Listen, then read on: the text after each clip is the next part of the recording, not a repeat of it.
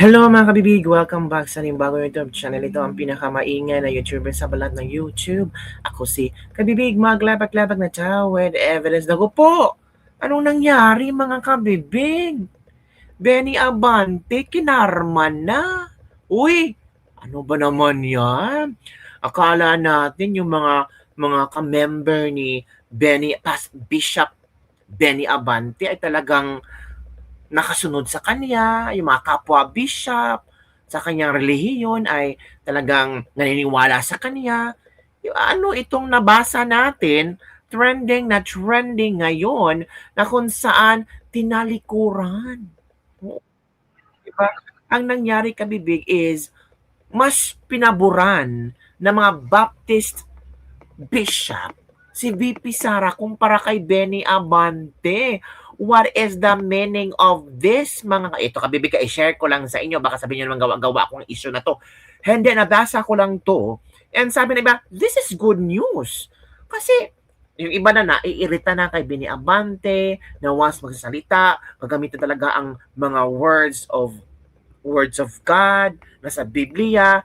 Hindi ba daw nasusunog si Benny Abante? Hindi ba daw nahihiya si Benny Abante sa kanyang mga sinasabi?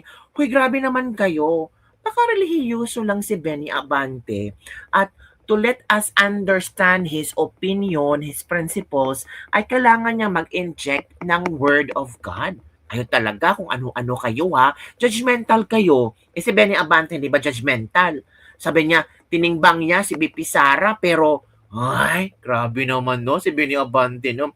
Tinimbang talaga niya si BP Sara. Sabi ng iba, tinimbang mo. Ikaw, tinimbang ka ba ng Comelec? Uy, grabe naman kayo. Eto kabibig Baptist Church leaders nagkaisa. Undivided support kay VP Sara, dumistansya kay Abante. Naku po! Naglabas ng malinaw na posisyon ng isang koalisyon na mga leader ng Baptist Church sa gitna ng umiinit na usapin ng impeachment laban kay VP Sara Duterte. Buong suporta para sa Vice Presidente ang tahasang paglayo sa pahayag ni Pastor Benny Abante.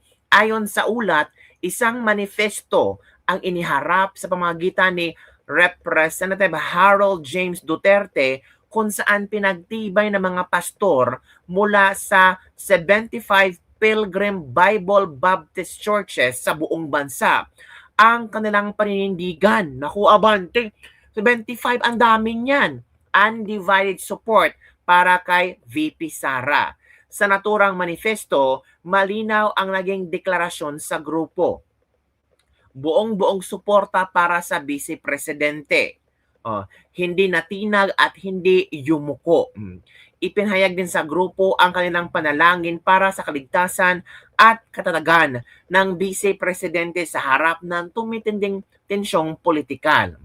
Paglayo kay Abante, nako po, kasabay ng pagsuporta, nilinaw rin ng koalisyon na hindi umano kinakatawan ni Abante ang kanilang sektor sa usaping may kinalaman kay VP Sara Duterte. Ito ang sabi, Abante does not speak for their community. Agoy!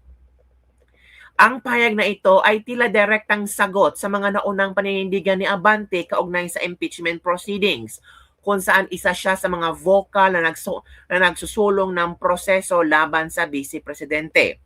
Ang paglabas ng manifesto ay kasabay ng mga kaganapan sa Kamara kung saan natukoy na may probable cause sa impeachment complaints laban kay VP Sara at inaasahan ang posibleng pag-akyat ito sa Senado para sa paglilitis. Nako po. Dumistansya sila kay Abante. Paano na yan kabibig?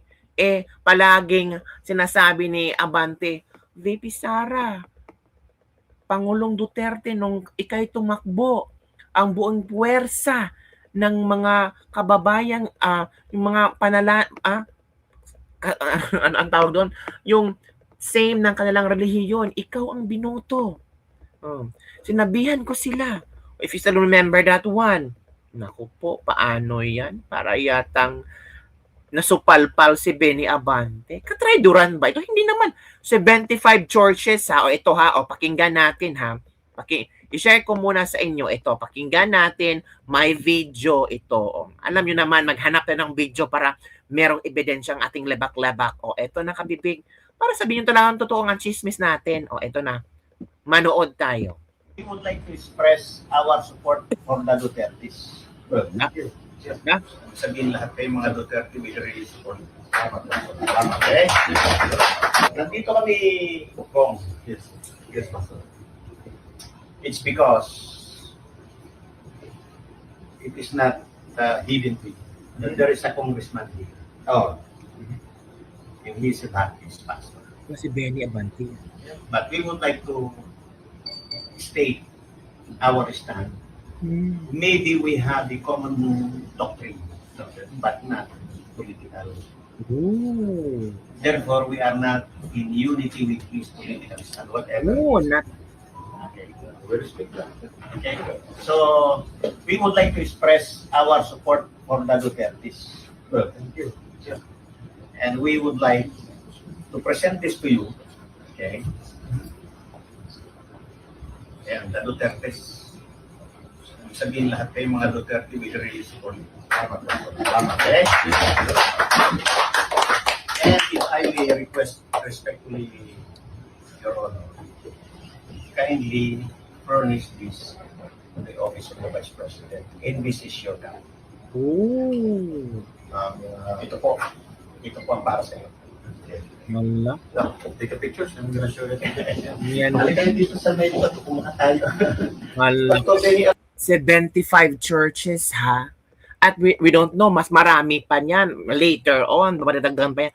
Naku, Baptist Church, KOJC, INC, Iglesia ni Cristo, KOJC ni Pastor Kibuloy, tapos itong Baptist Church. Bakit sila sumusuporta kay BP Sara? Yan ang malaking tanong. Bakit itong mga simbahang ito ay sumusuporta kay VP Sara at sa pamilyang Duterte? Bakit kaya? One of the reason, sa panahon ni Pangulong Duterte, mapayapa ang Pilipinas. Nakikita kasi nila kung paano niyurakan, kung paano tawag dito, ginagawa ng mga peking ebidensya or kung ano-ano lang na pwedeng ikaso kay BP Sara. Nakita nila ang panggigipit ng gobyernong ito. Sabi nga ni Congressman Igay Erese, nagsanib puwersa na ang lahat ng ahensya para lang pabagsakin si BP Sara.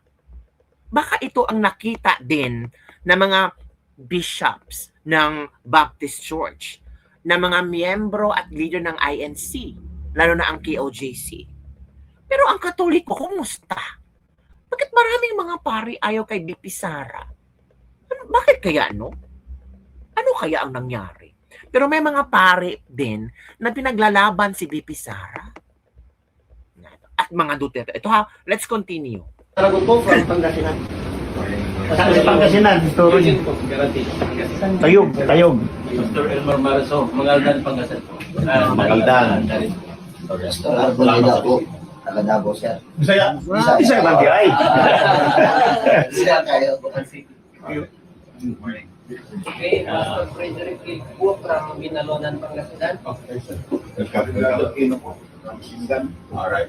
Pastor Ferdinand po. Surah Syasot po, Pampasista, Pangasinan. Salamat sa bisita. Thank you po. Yung Valentina San Carlos po kayo ano po, ako po si Freddy Sasso drama Basista, Pangasinan. Pangasinan. Good morning, ma'am. Salamat sa welcome. Ano po ako po si Cynthia Dito po from Pangasinan. Good morning, sir. Stella Arabon from California State. Good morning po, sir. Ako po si David sa Pangasinan. Good morning po, sir. Ako po si Sister Lourdes Leona at tawag ko na. Okay. Okay, yung dalawang taga Rizal kayo dito. May alala kayo. Pastor Joel, Antipolo City. Dito lang. Manila. Pastor Willie, Baras Rizal po. Barang Rizal. Pastor Bong, Ito si Pastor Bong Alcala. galing Mindanao, pero dito ako nagpapastor. Alright. Mindanao. Agusan. Agusan. Manobo. Ano? Okay. Rebo. Siya po ang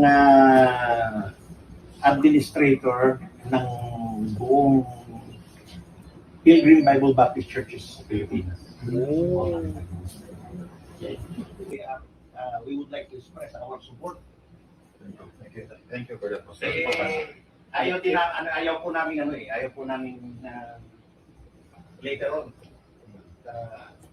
Meron na akong sinulat kay BP, sabi ko sa kanya.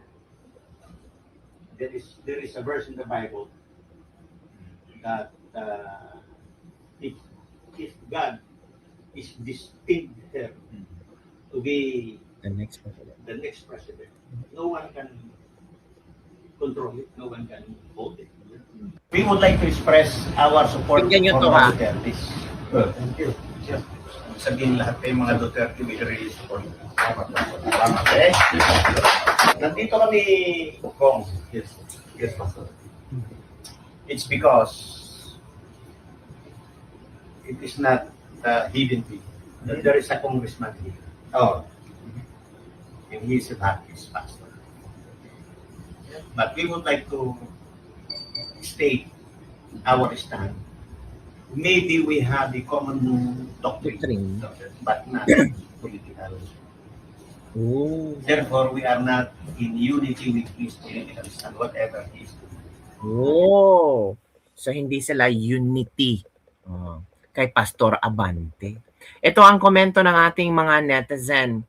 Buti ka pa alam ang tama, yung isa may tama. So Abante lang ang mukhang Thank you, pastors. Ang mga Baptist po, hindi nakikialam sa politics dati. May freedom to choose and hindi sila nagpapakita ng support sa politics dahil sa separation ng church and state. Ngayon, vocal na sila sa pag-support kay VP. Nasagad na sila sa ginagawa ni Abante. Kahihiyan sa Baptist si Abante. God bless you all po, mga pastor na nindigan para sa tama. Ooh. Congrats po, mga pastor. God bless you po. Oh. A very gentle gesture in separation of politics from beliefs and doctrines. Salute sa inyo, sir. Baka kasi masingle out din kayo like taong bayan daw or church people. Making the line is better. Oh. Solid Authority Forever. Wow na wow. Tuwid ang pananaw ng mga kasamahan ni Abante. Sa Abante lang liko at atras ang pananaw. Nako. Totoo ba yan? Baka sa bandang huli, bumaliktad kayo ha. Kapag malapit ng panaman ang eleksyon, dumadami ang mga balingbing. O, wag kayong ganyan. May paninindigan sila. Tingnan mo nga, pinuntahan nila si Congressman Duterte. Tapos sabihin mong balingbing, hindi sila magbabalingbing. Suportado nila ang lahat ng mga Duterteng politiko at naniniwala sila na ang mga Duterte ang siyang pwedeng magbigay ng kaginhawaan, kapayapaan sa Pilipinas na ngayon hindi natin nararanasan. Ang gulo-gulo, ang daming problema sa Pilipinas, oy. Agoy, ara na. Ano matayag ni Abante sini? Paano na yan, Benny Abante? Syukran, mga pastors, and God bless you. Kasama pa ni Congressman Abante sila. What happened, Kong? Oh, yan ha. Yun ang ilang komento ng ating mga netizen, mga kabibig. Para nahiya na yata si Abante. Ano kaya ang maging official statement ni Congressman Abante hinggil dito, no? 75 Pilgrim Bible Baptist Churches sa bansa ang nagpahayag ng suporta kay VP Sara Duterte. Napakasakit naman yan. Parang sinabi nila nga, merong isang congressman pero hindi kami katulad ng kanyang paniniwala sa politika. Ito kabibig, Diba? No. Nilaglag na si Representative Benny Abante. It's not necessarily about supporting Sara. It's about making a choice to prevent the Marcoses from taking control and leading the country down a path we may regret in history. Mang Kanor, ano na? Ano na, Abante? Atras ka na lang. Yari na si Boy Abante, nilaglag ka na ng mga katropa mo. Atras na, Abante. So yun po, kabibig, ang ating Ladies Lebak-Lebak for today. Ano ang inyong reaction hinggil dito? Sabi nga niya, if VP Sara is destined to be the next President of the Philippines, if God destined VP Sara to be the next President, then let it be. Diba? Ay naku, grabe, ang daming mga nangyayari ngayon, kabibig. Si Benny Abante, paano yan? Parang, ano kaya ang reaksyon ni Benny Abante sa mga kapwa niya Baptist Bishop Ano kaya ang reaction niya? Magalit kaya siya?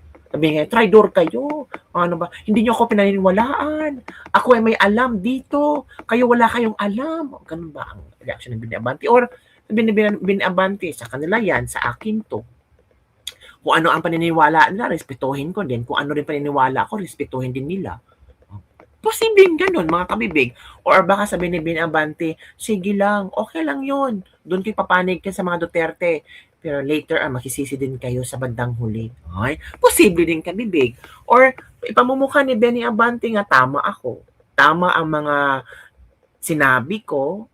Tama ang mga desisyon ko. Tama ang nakikita ko. Kasi ako ang nag-attend sa Justice Committee hearing. Ay. Pero sila Abante, nanood din sa TV. Ano din sa social media at nakikita nila ang mga galawan ninyo. Huwag nyo sabihin, kasi nakaupo ka doon, ikaw lang may alam. Maraming may alam. Nanood na kami ng TV, sa social media, live na live pa. Natural, may sarili kaming opinion, ikaw may sarili opinion din. Respect na lang. Ito yung desisyon ng 75 Pilgrim Baptist Church. Ang kanilang, tawag dito, sinusuportahan ang mga Duterte. Wala tayong magagawa niya yung Abante. Yun lang po kabibig ang ating Libag-Libag for the day. Don't forget to like, subscribe, and share this video. Bye everyone! See you next time! United sila, no? Pero hindi sila united sa opinion ni Bini Abante sa politika. Parang ayaw nila. Parang they don't like it. Diba? Ay, nako.